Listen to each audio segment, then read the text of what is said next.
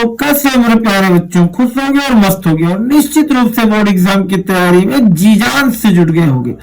तो आज हम लोग बेटा अपने दूसरे मॉडल पेपर की बात करें, यानी पिछले मॉडल पेपर में मैंने पूरा पेपर तुम्हें सॉल्व कराया था और मात्र एक ही घंटे में हमने पूरा का पूरा सेट सॉल्व कर लिया था। आज भी उसी तरीके से हम बहुत ही शार्ट समय में इस पूरे मॉडल पेपर को सॉल्व करेंगे। देखो बेटा, अगर अभी तक चैनल को सब्सक्राइब ना किया कर दो। और एक चीज जान लो, तुम्हारे पास इतना समय नहीं रहता कि एक एक पूरा शुरू से लेकर के अंत तक सब कुछ पढ़ोगे, इसलिए प्रयास करना कि मॉडल पेपर जरूर सॉल्व करना, क्योंकि ना इसमें से ये मान के चलो 90% क्वेश्चन तुम्हारे फिर से वही रिवाइज होते हैं, इसलिए एकदम इसके साथ कोई लापरवाही नहीं। तो चलो बिना देर किए हुए सबसे पहले हम लोग अपने आ जाए ऑब्जेक्टिव क्वेश्चन पर। ऑब्जेक्टिव क्वेश्चन में क्या है? ऑब्जेक्टिव क्वेश्चन में है कि निम्नलिखित में से कौन सा प्रसिद्ध आलोचक है। ये तुम्हें विधिवत मालूम होगा कि आचार्य रामचंद्र शुक्ल से ज्यादा बढ़िया प्रसिद्ध आलोचक कौन है। तो हम लोग आचार्य रामचंद्र शुक्ल पर क्या लगा दे? टिक लगा दे। अगला एक है कि खड़ी बोली के प्रथम गद्य की रचना मानी गई। देखो, खड़ी बोली की प्रथम गद्य की रचना जो है बेटा, वो गोरा बादल की कथा है। क्या है? गोरा बादल की कथा। और पृथ्वी से सप्तऋषि मंडल के लेखक कौन है? डॉक्टर संपूर्णानंद। देखो, ये जो डॉक्टर संपूर्णानंद है ना, ये खगोल विज्ञान के एक महान आदमी थे। उसके साथ साथ में इनको धर्म और विज्ञान के बीच में संबंध, इसके अलावा ये विज्ञान के प्रति ज्यादा रुचि रखने वाले वैज्ञानिक वो थे, लेखक थे। अगला है पृथ्वी पुत्र किस विधा की रचना है? तो पृथ्वी पुत्र बेटा एक निबंध रचना है। गिरती दीवारें किसकी है? उपेंद्रनाथ अस्क जी की है। किसकी है? उपेंद्रनाथ अस्क जी की है। और ये जो है ना, जैसे उपेंद्रनाथ अस्क जी की है, उसके अलावा मैं एक बात बताऊं कि ये गिरती दीवारें जो है वो उपन्यास है। क्या है? उपन्यास है। और पृथ्वी पुत्र जो है, जो निबंध है, वो वासुदेव शरण अग्रवाल जी की रचना है। आगे चले आओ, सरस्वती पत्रिका का संपादक किसने किया? छठवें क्वेश्चन में। तो सरस्वती पत्रिका का संपादन बेटा किसने किया था? महावीर प्रसाद द्विवेदी ने। और 1903 में उन्होंने संपादन का कार्य संभाला था।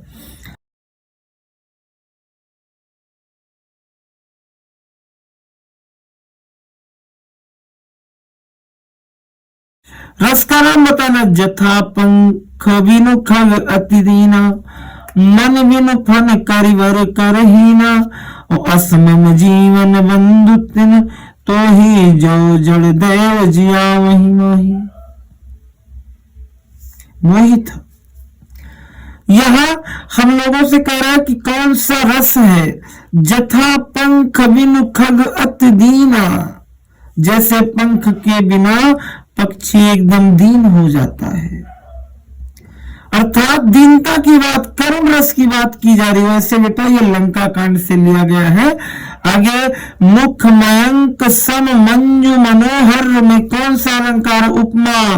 कौन सा अलंकार है? उपमा। आगे दोहे का उल्टा क्या होता है? दोहा एक क्या है? सम्मात्रिक छंद होता है। 4 चरण होते हैं। 13 11 का आंकड़ा उल्टा कर दो, 11 13 16 होता है। क्या होता है? 16। दुष्कर में उपसर्ग कौन है? देखो, सब दुष् है, लेकिन सड़क वाले सामने हलंत लगा जो वही सही है। अनुज शब्द को स्त्रीवाचक बनाने के लिए किस प्रत्यय का प्रयोग करोगे? आ का अनुजी ना कह देना, अनुजाई ना कह देना, अनुजी ना कुछ नहीं, अनुजा क्या कह देना? अनुजा। जलद में कौन सा समास है? बेटा बहुव्रीहि ही समास है। कौन सा समास है?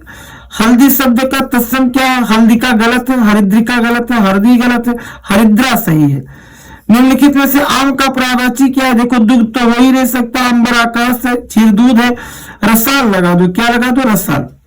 युष्मद तुम सर्वनाम, यानी तुम सर्वनाम शब्द का चतुर्थी व्यक्ति क्या है? तुभ्यम है। क्या है? तुभ्यम है। तो इतना स्क्रीनशॉट ले लो, फिर क्वेश्चन नंबर 18 19 की बात करें। अब चले 18 नंबर पर। मुझे विद्यालय से गुजरते हुए अपने साथ ले लेना। रचना के आधार पर इस वाक्य का प्रकार कैसा है? बेटा सरल वाक्य है। क्या है? सरल वाक्य। विकारी पद नहीं है, लड़का विकारी पद है। यदि नहीं है, किस पर लगा दो? यदि पर। किस पर लगा दो? यदि पर। आगे है, यह पत्र किसके द्वारा लिखा गया है? वाक्य में वाच्य है तो कर्मवाच्य लिखा गया है। अब चले अपने इस 21 नंबर क्वेश्चन पर कह रहा है कि निम्नलिखित में से किसी एक गद्यांश पर आधारित सभी प्रश्नों का उत्तर दीजिए। तो सबसे पहले इसमें देखो का और खा है, इन दोनों में तुम्हें क्या करना है, एक ही करना है। तो सबसे पहले हम का की बात कर ले। विश्वास पात्र मित्र जीवन की एक औषध है। मैंने क्या कहा था, मित्र की बात आ गई तो मित्रता। तो विश्वास पात्र मित्र जीवन की एक औषध है। हमें अपने मित्रों से यह आशा रखनी चाहिए कि हमें खिलाए पिलाए, नहीं बेटा ऐसा कुछ नहीं, ये आशा तुम लोग रखते हो, लेकिन रखनी चाहिए कि उत्तम संकल्पों में हमें दृढ़ करेंगे, दोषों और त्रुटियों से हमें बचाएंगे, हमारे सत्य पवित्रता और मर्यादा से के प्रेम को पुष्ट करेंगे। जब हम कुमार्ग पर पैर रखेंगे तब हमें सचेत करेंगे। ऐसा सोचना चाहिए, होना चाहिए। जब हम हतोत्साहित होंगे तब वो हमें उत्साहित करेंगे। सारांश यह है कि हमें उत्तमता पूर्वक जीवन निर्वाह करने की तरह सहायता करेंगे। सच्ची मित्रता में उत्तम से उत्तम वैद्य किसी निपुणता और परख होती है, अच्छे से अच्छी माता किसी धैर्य और कोमलता होती। ऐसे ही मित्रता करने का प्रयत्न प्रत्येक पुरुष को करना चाहिए। यह है तुम्हारा गद्य खंड।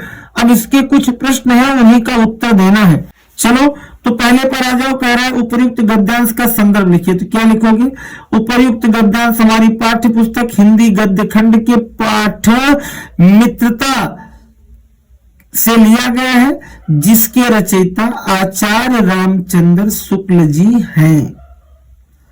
आगे क्या है, गद्यांश के रेखांकित अंश की व्याख्या।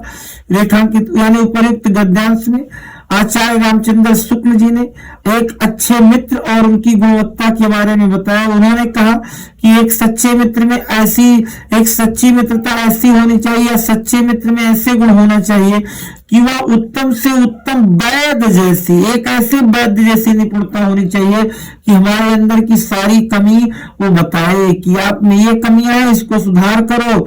और उसमें ऐसी परख होनी चाहिए, इतनी कोमलता होनी चाहिए कि जैसे माँ के अंदर होती है एक अच्छे मित्र में। इसके अलावा यानी हर ऐसे ही मित्रता करने का प्रयत्न करना चाहिए कि जो हमें, यानी ऐसे लोगों से मित्रता करने का प्रयत्न करना चाहिए जो हमें हमेशा उत्साहित करे, अच्छे मार्ग पर ले जाए, हमें हमेशा क्या करे, अच्छी अच्छी बातें बताए। चलो आगे चले आओ। व्यक्ति को अपने मित्र से क्या उम्मीद करनी चाहिए, प्रश्न का उत्तर लिखो। तो व्यक्ति को, अगर पूरा पढ़े होंगे तो समझ में आया होगा कि व्यक्ति को अपने मित्र से यह उम्मीद रखनी चाहिए कि हमेशा वो मुझे सुमार्ग पर ले जाए और उत्साहित करे। चले आओ क्वेश्चन नंबर 22 पर। किस पर आ जाओ। इसमें देखो एक तुम्हारा क्या, निम्नलिखित में से किसी एक पद्यांश पर आधारित सभी प्रश्नों का उत्तर दीजिए। तो चाहे ये लिख दो निर्गुण कौन देश का वासी, और चाहे क्या लिख दो ऊधव मोह ब्रज विसरत नाही। तो चलो हम अगर खा वाली की बात करें, ऊधव मोह ब्रज विसरत नाही, अगर इसको लिखना तो सबसे पहले ऊधव लिख देना, संकेत के रूप में है, और डॉट डॉट डॉट यानी अपना क्या, जिनसो हित जदु तात तक लिख देना। और फिर आगे क्या है, जिनसो जदु हित तात तक, यानी एक सबसे ऊपर देख लो, यहाँ है ए, यहाँ आ जाओ लास्ट में, ये देखो ये है, यहां तक तुम्हें लिखना है। अब तुम चले आओ शुरू से एक एक का, ध्यान से सुनो। पहले तो इसका संदर्भ लिखना है। क्या लिखोगे कि प्रस्तुत पद्यांश हमारे पाठ्य पुस्तक हिंदी काव्य के पद नामक पाठ से लिया गया है, जिसके रचयिता या जिसके कवि सूरदास जी हैं। समझ में बात आई, इतना लिख देना। आगे क्या है कि रेखांकित अंश की व्याख्या कीजिए। रेखांकित है ऊधव मोह ब्रज विसरत नाही, यानी वृंदावन गोकुल वन उपवन सघन कुंज की छाही। इसमें क्या है कि श्री कृष्ण, यानी क्या है, श्री कृष्ण कहते हैं कि हे उद्धव, मुझे ब्रज भूल नहीं रहा है, यानी मैं ब्रज को भूला नहीं पा रहा हूं, यानी बहुत प्रयत्न कर रहा हूं फिर भी नहीं भूला पा रहा हूं। क्या आगे क्या, पर ऐसा करने में मेरे लिए संभव नहीं हो पा रहा है। क्या यानी क्या क्या नहीं भूला पा रहा हूं, वृंदावन यानी वृंदावन, गोकुल वन और उपवन, और क्या, सभी मुझे बहुत याद आ रहे हैं। इतना ही नहीं, सघन कुंज की छाई और वहां के कुंजों की घनी छांव भी मुझसे भुलाए नहीं भूलती है। इतने का तो तुम्हें लिखना है, लेकिन पूरा इसी बहाने देख लो। आगे क्या लिखा, प्रात समय मातु जसमत और नंद देख सुख पावत, यानी सुबह उठ करके या प्रातः काल माँ यशोदा और नंद बाबा मुझे देखकर हर्षित होते थे तथा अत्यंत सुख का अनुभव करते थे। माता यशोदा, माता यशोदा। आगे क्या, मक्खन रोटी और दही मुझे बड़े प्रेम से खिलाती थी। माखन रोटी दही सजाओ अति हित साथ खवावत, मुझे बहुत प्रेम से खिलाती थी। गोपी ग्वाल बाल संग खेलत, और क्या, गोपियां और ग्वाल बालों के साथ अनेक प्रकार की क्रीड़ाएं करते हुए हम सब सारा दिन हंसते खेलते व्यतीत हो जाते थे। आगे क्या लिखा है, ब्रजवासियों की सराहना करते हुए उन्होंने क्या लिखा है, क्वेश्चन नंबर अपना 23 देख लो। दिए गए संस्कृत पद्यांशों में से गद्यांशों में से किसी एक का संदर्भ सहित हिंदी में अनुवाद कीजिए। देखो इसमें दो है। अब की मैंने क्या कहा था कि अब मैं दोनों अथवा वाला कर लो, बार बार वही ऊपर वाला ही नहीं। इसमें क्या है, तस्यताम वार्ता श्रुत्वा, पहले तो क्या इसका क्या लिखना है, संदर्भ लिखना है। प्रस्तुत, देखो पहले पढ़ना भी पता लग जाएगा। तस्यताम वार्ता श्रुत्वा सा चतुरा ग्रामीणा कथयत भो वयम अशिक्षिता भवांचा शिक्षिता वयम अल्पज्ञ भवांचा बहुज्ञ इत्थमेव। ओहो, आप बहुत ज्ञानी है, मैं कम ज्ञानी हुई। कहां से लिया गया, प्रबुद्धो ग्रामीणा। तो क्या लिखोगे, प्रस्तुत संस्कृत खंड हमारी पाठ्य पुस्तक संस्कृत के प्रबुद्धो ग्रामीणा नामक पाठ से लिया गया है।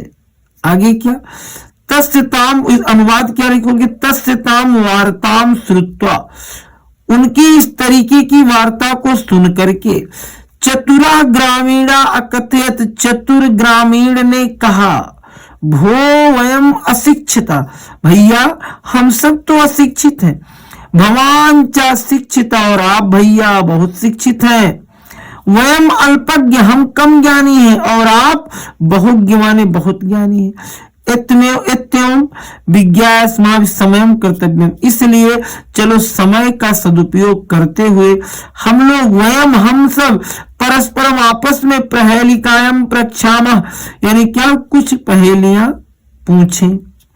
यदि भगवान उत्तरम दातुम समर्थम ना भविष्यति, यदि आप उत्तर देने में समर्थ नहीं होंगे, तदा तब भगवान 10 रूप्यकाण दस्याति, तब आप कितने रुपए देंगे, 10 रुपए।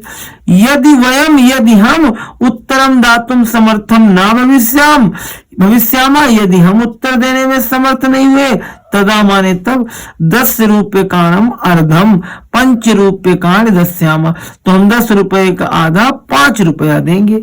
इस बात की उसने चर्चा की, चतुर गांव वाला था। अब चले आओ, कहानी खत्म इसकी। अब चले आओ 24 नंबर क्वेश्चन पर। कह रहा है कि दिए गए संस्कृत श्लोक में से किसी एक का संदर्भ सहित व्याख्या कीजिए। देखो अथवा मैं सब में कर रहा हूं, इसको छोड़ दो, यहां चले आओ। लिखा है, को किलाय आपाय दिवसान तावद विरसान करील विटपेश यावन्य दलिमाला कोय पिरसाला समुल्ल सत्य। मतलब पहले इसका संदर्भ लिखो, फिर इसका अनुवाद लिखो। सबसे पहले लिखोगे, प्रस्तुत श्लोक हमारी पाठ्य पुस्तक संस्कृत के अन्योक्ति विलासा नामक पाठ से लिया गया है। अब क्या, उसके बाद अनुवाद लिखोगे। क्या कहता है कि इसमें बेटा ये अन्योक्ति विलासा है, 2 अर्थ निकलते हैं, भावार्थ बाद में बना लूंगा, पहले इसका अर्थ लिख लो अनुवाद, कि हे कोयल यापाय दिवसांतावद, यानी अपने इन दिनों को तब तक कहां बिता लो, करील विटपेश, किसी नीरस करील के पेड़ पर। हे कोयल, अपने इन दुख के दिनों को तुम किसी नीरस करील के पेड़ पर बैठ करके बिता लो। कब तक, यावन्य दलिमाला कोय पिरसाला समुल्ल, जब तक बौरों से लसा हुआ रसाला माने आम का पेड़ नहीं आ जाता है।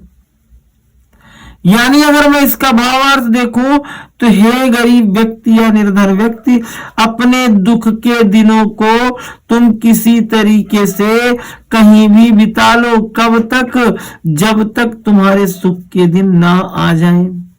अर्थ हो गया। अब हम लोग बेटा जो 25 नंबर क्वेश्चन है, मैं कई बार बताया कि इस क्वेश्चन में हम लोग क्या करेंगे, इसमें हम लोग कुछ लिखेंगे नहीं। तुम्हें मैंने 100 बार बताया कि बेटा इसमें हर जिले में अलग अलग टाइप का क्वेश्चन आता है, कहीं मेवाड़ मुकुट, कहीं जवाहर, कहीं जय सुभाष। तो तुम लोग जो भी आएगा उसमें ज्यादातर क्या रहते हैं, जो नायक रहता है उसका चरित्र चित्रण रहता है। तो जिसके यहाँ जो भी होगा या उसका सारांश रहता है उतना पढ़ करके लिख देना। समझ में आया लो? तो चलो अब हम आगे अपने क्वेश्चन नंबर 26 पर चले। इस तरीके से क्वेश्चन नंबर 26 में बेटा दिए गए लेखकों में से किसी एक का जीवन परिचय देते हो, उनकी एक रचना का उल्लेख कीजिए। जैसे डॉक्टर राजेंद्र प्रसाद, भगवत शरण उपाध्याय और जयप्रकाश भारती। तो हम लोग बेटा यहाँ डॉक्टर राजेंद्र प्रसाद जी के जीवन परिचय और उनकी रचनाओं पर चर्चा करेंगे। देखो कैसे लिखते हैं, मैंने क्या बताया था, सबसे पहले एक कोष्ठक बना लेना, माता का नाम, पिता का नाम, जन्म स्थान, कब हुआ था, कब मृत्यु हुई थी, कौन सी उनकी रचनाएं हैं, ऐसे एक टॉपिक डाल करके उनके आगे लिख देना। फिर यहाँ टॉपिक यानी क्या डालना, जीवन परिचय। अब उसमें क्या लिखना, जितना लेखकों के बारे में बढ़ा चढ़ा के लिख पाओ उतना बढ़िया है। तो क्या, सफल राजनीतिज्ञ और प्रतिभा संपन्न साहित्यकार, भारत रत्न डॉक्टर राजेंद्र प्रसाद जी का जन्म 3 दिसंबर 1984 में बिहार राज्य के छपरा जिले के जीरादेई, कहां हुआ था, जीरादेई नामक गांव में हुआ था। इनके पिता का नाम महादेव सहाय था। क्या नाम था इनके पिता का, महादेव सहाय, महादेव सहाय। आगे क्या था कि इनका परिवार गांव के एक संपन्न प्रतिष्ठित कृषक परिवार में से था। यानी मतलब ऐसा नहीं था कि वैसे ही थे, एक प्रतिष्ठित व्यक्ति थे। और ये अत्यंत से मेधावी, यानी ये बहुत ही मेधावी छात्र थे। इन्होंने कलकत्ता, जो आज वर्तमान में कहा है कोलकाता में, यानी कलकत्ता विश्वविद्यालय से एमए और कानून की डिग्री यानी एलएलबी की परीक्षाएं उत्तीर्ण की और सदैव ये प्रथम श्रेणी में उत्तीर्ण होते थे। राजेंद्र प्रसाद ने मुजफ्फरपुर के एक कॉलेज में अध्यापन कार्य किया। इन्होंने 1911 में वकालत शुरू की और वर्ष 1920 तक कोलकाता और पटना के में वकालत का कार्य किया। इसके बाद वकालत ये छोड़कर बेटा देश सेवा में चल पड़े। इनका झुकाव प्रारंभ से ही राष्ट्र सेवा की ओर था। 1917 में गांधी जी के आदर्शों और सिद्धांतों से प्रभावित होकर के ये चंपारण के आंदोलन में सक्रिय भाग लिया। वकालत छोड़कर के पूर्ण रूप से राष्ट्रीय स्वतंत्रता संग्राम में कूद पड़े। अनेक बार जेल गए, अनेकों यातनाएं झेली और फिर उन्होंने देश विदेश जाकर भारत के पक्ष को विश्व के सम्मुख रखा। डॉक्टर राजेंद्र प्रसाद 3 बार भारतीय राष्ट्रीय कांग्रेस के सभापति और 1962 तक भारत के राष्ट्रपति रहे। सादा जीवन उच्च विचार इनके जीवन का मूल मंत्र था। 1962 में इन्हें भारत रत्न से अलंकृत किया गया। जीवन पर्यंत हिंदी और हिंदुस्तान की सेवा करने वाले डॉक्टर राजेंद्र प्रसाद जी का देहांत 28 फरवरी 1963 को हो गया। इनकी रचनाएं क्या थी बेटा, गांधी जी की देन, शिक्षा और संस्कृत, भारतीय शिक्षा, मेरी आत्मकथा, बापूजी के कदमों में, मेरी यूरोप यात्रा, संस्कृति का अध्ययन, सत्याग्रह, dot dot dot dot dot. इतना समझ में आया। अब इनका तो ये जीवन परिचय और रचनाएं हो गया। चले आओ सूरदास जी के ऊपर, किसका, काव्य वाले में सूरदास जी का। सूरदास जी में क्या लिखोगी बेटा, इनका जीवन परिचय एकदम वैसे ही कॉलम सब कुछ बनाना। अब इसमें क्या लिखोगी कि भक्तिकालीन महाकवि सूरदास जी का जन्म कहाँ हुआ था, रुनकता नामक ग्राम में हुआ था और कब हुआ था, 1478। यानी आगे क्या, पंडित रामदास जी के घर में हुआ था। इनके पिता का नाम पंडित रामदास, जो एक शाश्वत ब्राह्मण थे। कुछ विद्वान ने बेटा सीही नामक स्थान पर भी इनका जन्म स्थान मानते हैं। सूरदास जी जन्म से ही बेटा क्या थे, दृष्टिहीन थे। इस संबंध में अनेकों विद्वान ने तो लिखा है, परंतु जिस प्रकार इन्होंने भगवान श्री कृष्ण की बाल लीलाओं का वर्णन किया, ये लगता नहीं कि सूरदास जी क्या थे, जन्मांध थे। आगे क्या, ऐसा प्रतीत होता है कि इनको सब कुछ दिखाई देता था या बाद में अंधे हुए होंगे। सूरदास जी एक बार वल्लभाचार्य जी के दर्शन के लिए मथुरा के गौ घाट और पर आए और उन्होंने अपने द्वारा रचित एक पद गाकर सुनाया। वल्लभाचार्य तभी से इन्हें अपना शिष्य बना लिया। सूरदास जी की पद की रचना निपुणता देख करके वल्लभाचार्य ने उन्हें श्रीनाथ मंदिर का कीर्तन का भार सौंप दिया। वल्लभाचार्य जी के संपर्क में आने से पहले सूरदास जी दीनता के पद गाया करते थे तथा पद में अपने गुरु के कहने पर कृष्ण, इसके बाद अपने गुरु के कहने पर इन्होंने कृष्ण लीला का गान करने लगे और 1583 ईस्वी में गोवर्धन के पास पारसौली नामक गांव में इनकी क्या हुई, मृत्यु हो गई। इनकी रचनाएं बेटा सूरसागर, सूरसारावली, साहित्य लहरी है। आगे चले आओ। अब कहा अपनी पाठ्य पुस्तक से कंठस्थ किया हुआ कोई एक श्लोक जो भी मन कहे। मैंने क्या बताया कि 3 श्लोक याद कर लो, उसमें से 2 अगर मान लो पेपर में भी आ गया तो एक तुम्हारा तैयार रहेगा। एक छोटी सी बात मैं 2 ही सुना दे रहा हूं तुम लोगों को, वही रख लो, सबसे सरला वही है। क्या है पहला कि रात्रिगमिष्यत् भविष्यत् सुप्रभातम भास्वन् देश्यत् हसिष्यत् पंकजलि इथम विचिन्तयेत् कोशगते द्वैरेफे हा हंत हंत नलिम गजुज्जार। या प्रबुद्धो ग्रामीणा का एक था, उसको पढ़ लेना। नहीं हो पाएगा तो सर्वे भवन्तु सुखिनः सर्वे सन्तु निरामया सर्वे भद्राणि पश्यन्तु मा कश्चित् दुर्भाग्य भवेत्, वो भी नहीं हो पाएगा तो हतो अप्रापः स्वर्गः जित्वा भोक्ष्यसे महीम्। जो भी तुम्हें याद हो पाएगा वो वाला याद करके एक श्लोक लिख देना। आगे पुस्तकालय में हिंदी की प्रसिद्ध लेखकों की पुस्तक मंगवाने के लिए प्राचार्य को प्रार्थना पत्र लिखो। प्रार्थना पत्र आया है तो क्या लिख देना आप, श्रीमान प्रधानाचार्य महोदय डॉट डॉट डॉट अपने स्कूल का नाम क्या क्या है, फिर आगे महोदय सविनय निवेदन यह है क्या है कि हमारे पुस्तकालय में इस विषय की पुस्तक नहीं है जिसके लिए आप को सूचित किया जाता है कि आवश्यक या जो भी किताबें हैं उसको मंगाने की कृपा करें जिससे हम बच्चों के पढ़ने में असुविधा ना हो, अति कृपा होगी आपका बहुदिया, लिख करके छोड़ देना। आगे क्या है कि अब निबंध की जो बात आएगी तो निबंध तो प्रश्न उत्तर है। नीर चीर विवेक के नीर चीर विषय हंसालस्य का विशेषता। देखो 2 ही तुम्हें लिखने हैं तो चाहे इसको लिख दो कि भारतीय संस्कृति मूलम का अस्ति भारतीय, और चाहे लिख दो क्या विश्व सृष्टा का, चाहे काव्यदाना अधितत्व, जो भी मन कहेगा 2 लिख देना। और रही बात निबंध की तो मेरी प्रिय पुस्तक बढ़ती जनसंख्या, बन रहेंगे हम रहेंगे, देश प्रेम, विज्ञान वरदान अभिशाप, इनमें से कोई एक थोड़ा सा इसको तुम लोग अपने आप से बना के लिख देना, पढ़ लेना। इसको मैं बहुत ज्यादा समय नष्ट ना करते हुए इसको छोड़ दे रहा हूं। तो चलो इस तरीके से हम लोग फिर अपने अगले पार्ट में मिलेंगे बहुत ही जल्द। तब तक मन चित से जुटे रहो, पढ़ते रहो। Best of luck.